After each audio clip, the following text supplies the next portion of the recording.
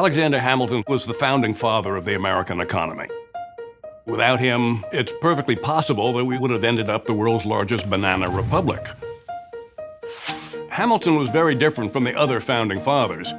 Most of their fortunes were in land, and they had a rural outlook, whereas Hamilton was thoroughly urban, thoroughly commercial, and never owned any land to speak of.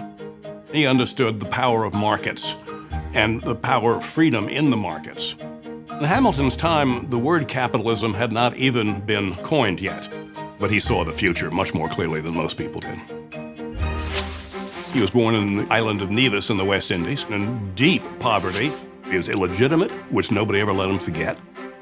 Hamilton had an extraordinary intellect. He was just really, really, really, really bright. At the time when he lived, the United States was being formed, and he came to New York City. He went to King's College, now called Columbia College, and by the time of the Revolution, He organized and led a military company among his fellow college students. His military exploits soon attracted the attention of high-ranking officers. by the time he was in his early 20s, he was aide-de-camp to George Washington. His ambition was to get this country off to a good start. The situation in the United States after independence was very unstable. The country was unable to pay its debts. We were not only not paying the interest, we weren't paying the principal on the debt either.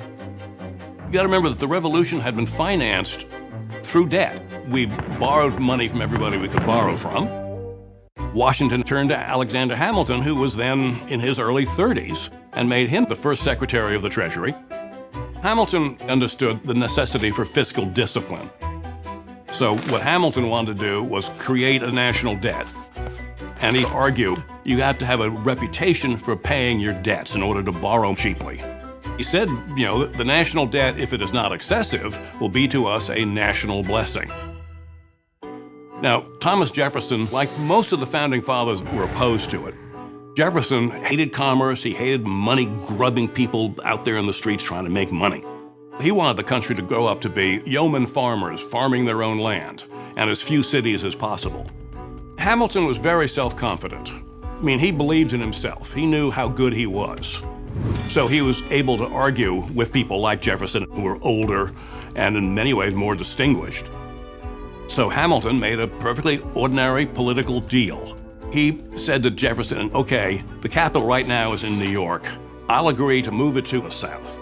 And so Jefferson said, fine, we'll take Washington, D.C., and you get your debt reorganization bill. The new bonds were issued. The new federal government had the power to tax to pay for them. And within 5 years, by 1795, American debt was selling in Europe for a premium because it was so well financed that everybody was confident that this paper was good.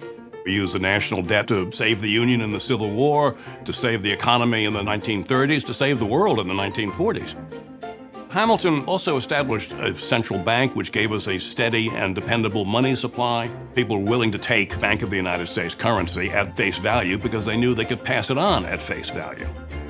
Who knows what would have happened to the American economy had there been no Alexander Hamilton.